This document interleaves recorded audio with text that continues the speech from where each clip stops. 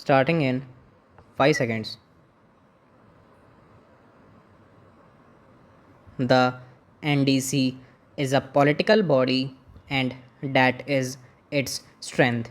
Here we are gathered in this room representing a diverse set of political backgrounds, views, and ideologies. However, we are all, I believe, in agreement that economic development and the prosperity of every citizen is a collective national goal. Over the last 2 days, I have heard this resonate from every speaker, and it is heartening that political differences will not come in the way of achieving our common objective of building a prosperous, inclusive, equitable, humane, caring, and just India. While we have noted each and every suggestion made by the chief ministers and will take due note of them, I would like to dwell of them. A number of chief ministers have expressed concern about issues relating to state finances, particularly the effect of the recommendations of the 12th Finance Commission, the level of permissible market borrowings, and internet cost on borrowings. Some have raised issues related to mineral royalties and externally aided projects. The finance minister, in his intervention, has touched upon these, and I believe that he will work to allay any apprehensions that may exist. Healthy state finances are as important as healthy central finances, and fiscal prudence and stability must be our joint endeavor. Agriculture and irrigation have indeed been a common priority in all the chief ministers' interventions, and rightly so. Rejuvenating our agricultural credit system, providing some measure of relief to farmers, improving the quality of our extension work, attending to the specific needs and problems of dry lands and wastelands, enhancing investments in irrigation have emerged as common concerns.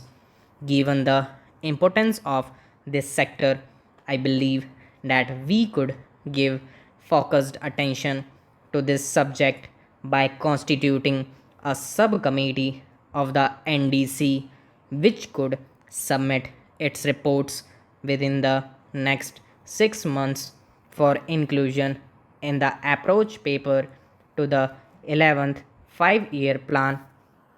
I propose, therefore, that we agree to the formation of a subcommittee of the NDC for drawing up implementable action plans in agriculture and related issues. With your approval, I will constitute this subcommittee immediately with the Agriculture Minister as chairman so that the work can begin in right earnest and we can benefit from their wisdom while framing the 11th plan for our growth oriented economy of the future. As such, another thing I want to say is that we want an idol to be set up for the nation. It is only the performance of this august body which can set an idol or an example for the people to follow. I do not say that people who have no respect for law and those who have committed any offense should be saved or protected, but then it can be done only by utilizing the funds of the people collected from the people in a proper manner so that we can positively make progress. For this purpose, I would request the Honorable House that if some amendments to the rules of procedure are necessary, we must think of it and we must make the principles and the rules such that the house is not disturbed or no disturbances are created every day and our time is not wasted.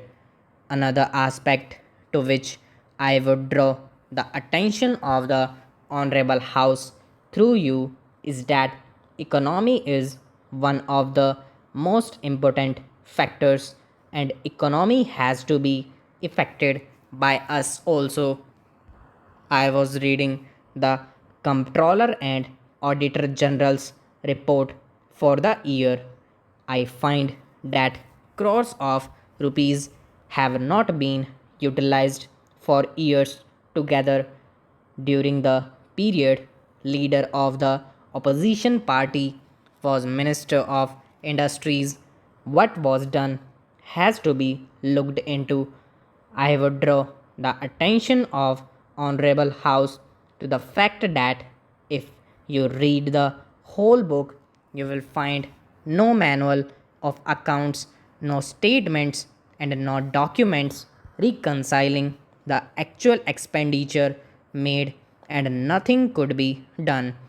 You will find in this a large number of such items involving crores of rupees. This has affected the economy of this country. What has been done about it? I would make a submission that wherever you find such wastages of money, in those cases, a very stringent view has to be taken and those persons who are guilty must be punished. Individual responsibility must be fixed.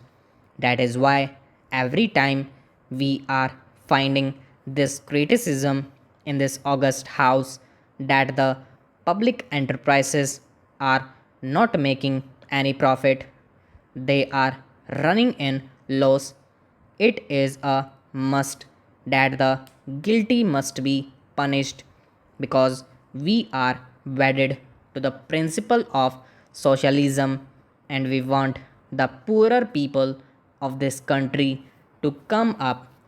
But with this sort of performance, it is possible the high ups or low ups, I do not know. Whosoever is responsible, action must be taken against them. Otherwise, the economy will not improve as envisaged in the budget for the year under consideration. Stop.